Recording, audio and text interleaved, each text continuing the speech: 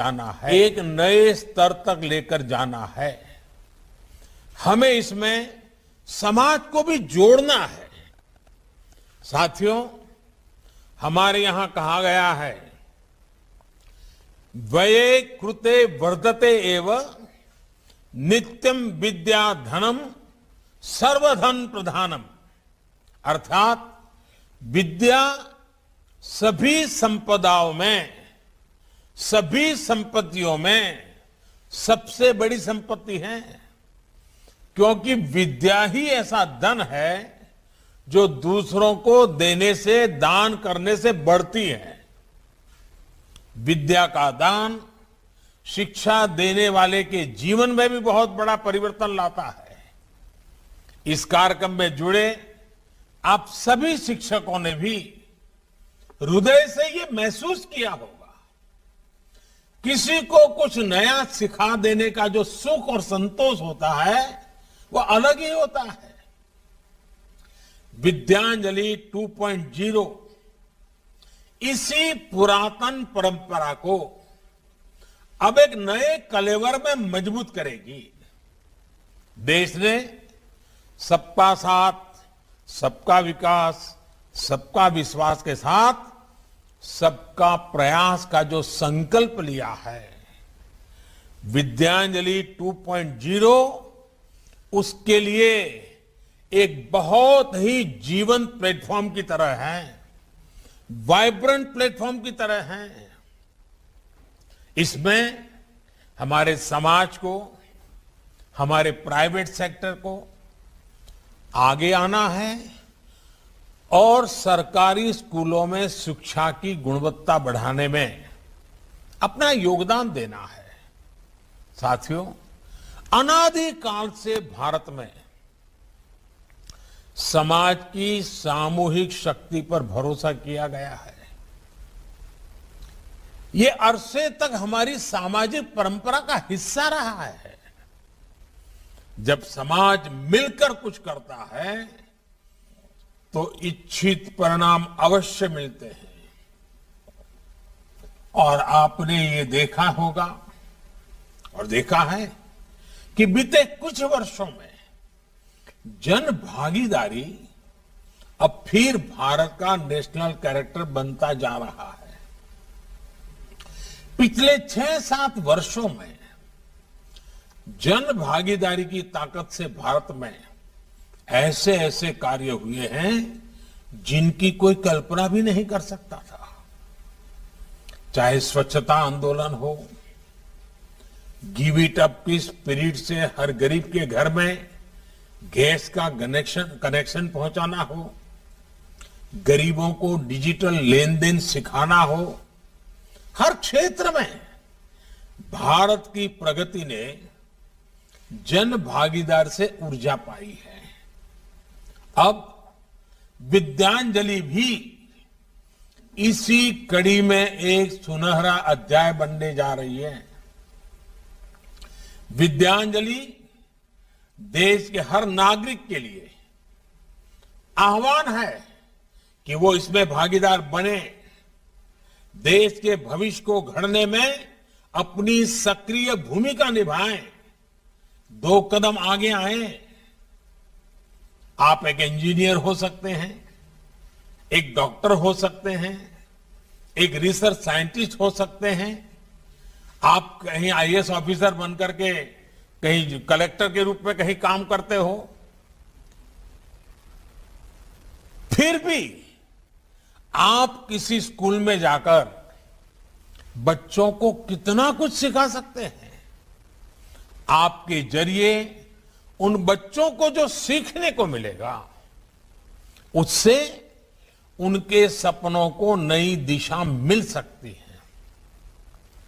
आप और हम ऐसे कितने ही लोगों के बारे में जानते हैं जो ऐसा कर भी रहे हैं। कोई बैंक का रिटायर्ड मैनेजर है, लेकिन उत्तराखंड में दूर दराज पहाड़ी क्षेत्रों के स्कूलों में बच्चों को पढ़ा रहा है निवृत्ति के बाद। कोई मेडिकल फील्ड से जुड़ा है, लेकिन गरीब बच्चों को ऑनलाइन क्लासेस दे रहा है। उनके लिए संसाधन उपलब्ध करवा रहा है। यानी आप चाहे समाज में किसी भी भूमिका में हो, सफलता की किसी भी सीढ़ी पर हो, युवाओं के भविष्य निर्माण में आपकी भूमिका भी है और भागीदारी भी है। अभी हाल ही में संपन्न हुए टोक्यो ओलंपिक और पैरा ओलंपिक में हमारे खिलाड़ियों ने शानदार प्रदर्शन किया है। हमारे युवा इनसे कितना प्रेरित हुए हैं। मैंने अपने खिलाड़ियों से अनुरोध किया है कि आजादी के अमृत महोत्सव के अवसर पर हर खिलाड़ी कम से कम 75 स्कूलों में जाएं। मुझे खुशी है कि इन खिलाड़ियों ने मेरी बात को स्वीकार किया है और मैं सभी माननीय शिक्षक गण से कहूंगा, आचार्य गण से कहूंगा कि आप अपने इलाके में इन खिलाड़ियों से संपर्क कीजिए, उनको अपने स्कूल में बुलाइए, बच्चों के साथ उनका संवाद करवाइए। देखिए, इससे हमारे स्टूडेंट्स को कितनी प्रेरणा मिलेगी, कितने प्रतिभावान स्टूडेंट्स को खेलों में आगे जाने का हौसला मिलेगा। साथियों, आज एक और महत्वपूर्ण शुरुआत school quality assessment and assurance framework यानी SQAAF के माध्यम से भी हो रही है। अभी तक देश में हमारे स्कूलों के लिए, एजुकेशन के लिए कोई एक कॉमन साइंटिफिक फ्रेमवर्क ही नहीं था।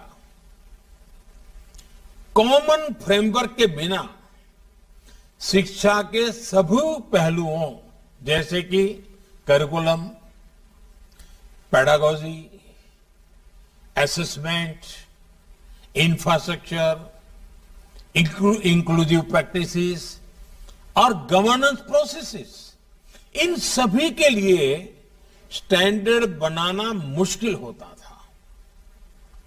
इससे देश के अलग अलग हिस्सों में, अलग अलग स्कूलों में स्टूडेंट्स को शिक्षा में असमानता का शिकार होना पड़ता है।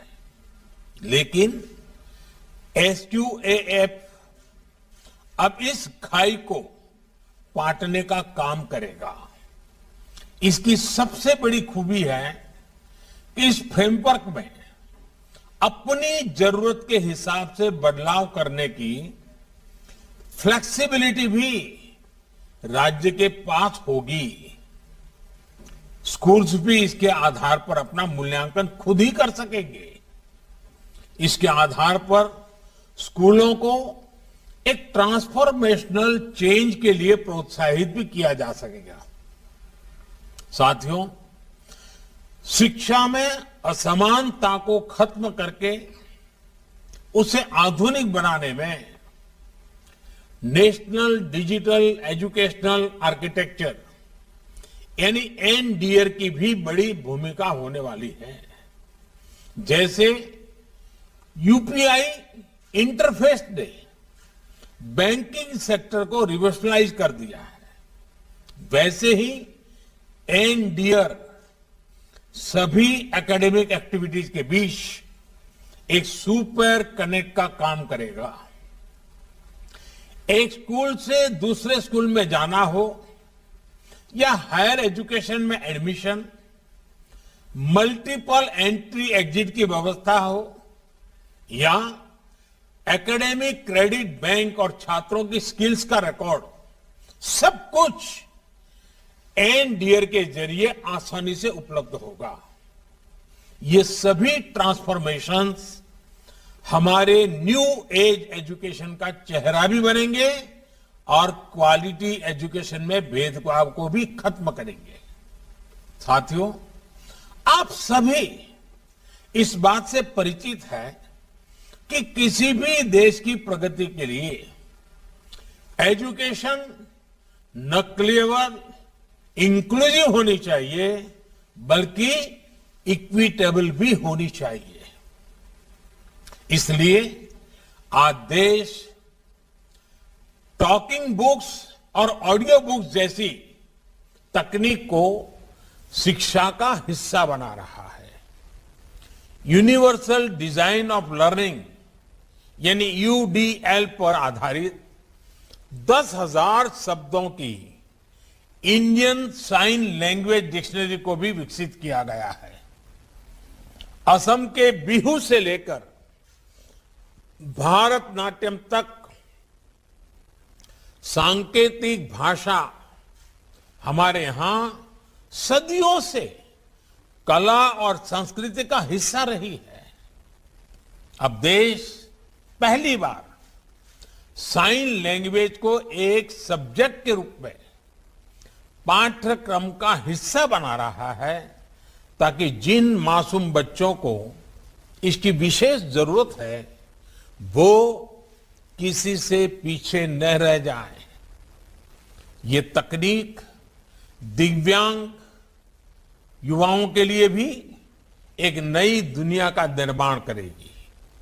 इसी तरह निपुण भारत अभियान में 3 वर्ष से 8 साल तक के बच्चों के लिए foundational literacy and numeracy mission launch किया गया है। 3 साल के उम्र से ही सभी बच्चे अनिवार्यतः प्री स्कूल शिक्षा प्राप्त करें, इस दिशा में जरूरी कदम उठाए जाएंगे। इन सभी प्रयासों को हमें काफी आगे तक लेकर जाना है और इसमें आप सभी की, विशेष करके हमारे शिक्षक मित्रों की भूमिका बहुत बड़ी महत्वपूर्ण है। साथियों, हमारे शास्त्रों में कहा गया है, दृष्टांतो नैव दृष्टः त्रिभुवन जठरे सद्गुरोः ज्ञानदातु। अर्थात पूरे ब्रह्मांड में गुरु की कोई उपमा नहीं होती, कोई बराबरी नहीं होती। जो काम गुरु कर सकता है वो कोई नहीं कर सकता। इसलिए आज देश अपने युवाओं के लिए शिक्षा से जुड़े जो भी प्रयास कर रहा है उसकी बागडोर हमारे इन शिक्षक भाई बहनों के ही हाथों में है। लेकिन तेजी से बदलते इस दौर में हमारे शिक्षकों को भी नई व्यवस्थाओं और तकनीकों के बारे में तेजी से सीखना होता है। निष्ठा ट्रेनिंग प्रोग्राम से, इस ट्रेनिंग प्रोग्राम का एक अच्छा सा निष्ठा आपके सामने अभी प्रस्तुत किया गया। इस निष्ठा ट्रेनिंग प्रोग्राम के जरिए देश अपने टीचर्स को इन्हीं बदलावों के लिए तैयार कर रहा है। निष्ठा 3.0 अब इस दिशा में एक और अगला कदम है और मैं इसे बहुत महत्वपूर्ण कदम मानता हूं। हमारे टीचर्स जब competency based teaching, art integration, high order thinking और क्रिएटिव एंड क्रिटिकल थिंकिंग जैसे नए तौर तरीकों से परिचित होंगे तो वो भविष्य के लिए युवाओं को और सहजता से गढ़ पाएंगे।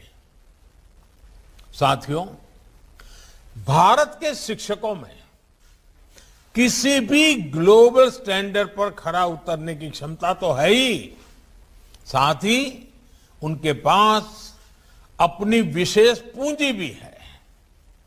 उनकी ये विशेष पूंजी, ये विशेष ताकत है उनके भीतर के भारतीय संस्कार। और मैं आपको मेरे 2 अनुभव बताना चाहता हूं। मैं प्रधानमंत्री बनकर के जब पहली बार भूटान गया तो वहां का राज परिवार हो, वहां के शासकीय व्यवस्था के लोग हो, बड़े गर्व से कहते थे कि पहले हमारे यहां करीब करीब सभी टीचर्स भारत से आते थे और यहाँ के दूर सुदूर इलाकों में पैदल जाकर के पढ़ाते थे। और जब इस शिक्षकों की बात करते थे, भूटान का राज परिवार हो या वहां के शासक, बड़ा गर्व अनुभव करते, उनकी आंखों में चमक नजर आती थी। वैसे ही जब मैं सऊदी अरेबिया गया और शायद सऊदी अरेबिया के किंग से जब बात कर रहा था, तो वो इतने गौरव से मुझे उल्लेख कर रहे थे कि मुझे भारत के शिक्षक ने पढ़ाया है, मेरा शिक्षक भारत का था। अब देखिए, शिक्षक के प्रति कोई भी व्यक्ति कहीं पर भी पहुंचे, उसके मन में क्या भाव होता है।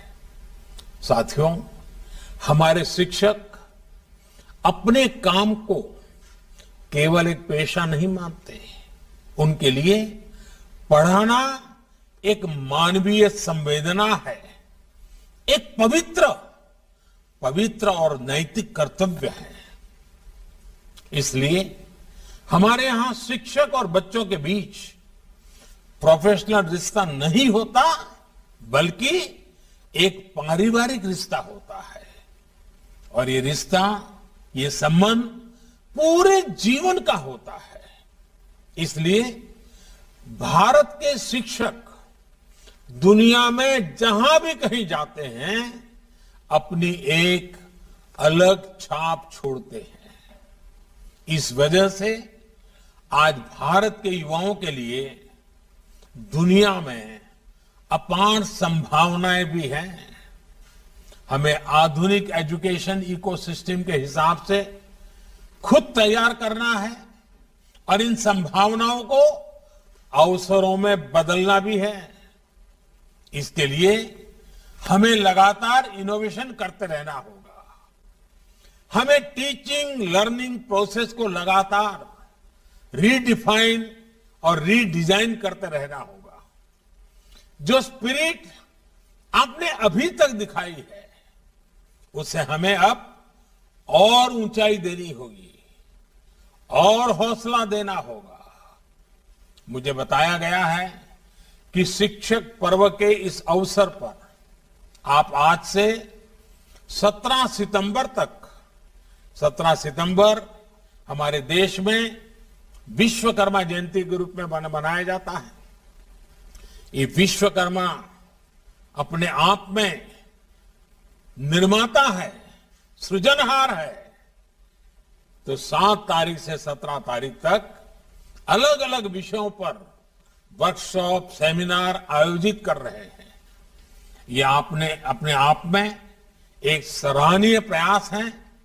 देश भर के इतने टीचर्स, एक्सपर्ट्स और पॉलिसी मेकर्स जब एक साथ मंथन करेंगे, तो इससे और आजादी के अमृत महोत्सव में इस अमृत की अहमियत और ज्यादा है। आपके इन सामूहिक मंथन से राष्ट्रीय शिक्षा नीति को सफलतापूर्वक लागू करने में भी काफी मदद मिलेगी।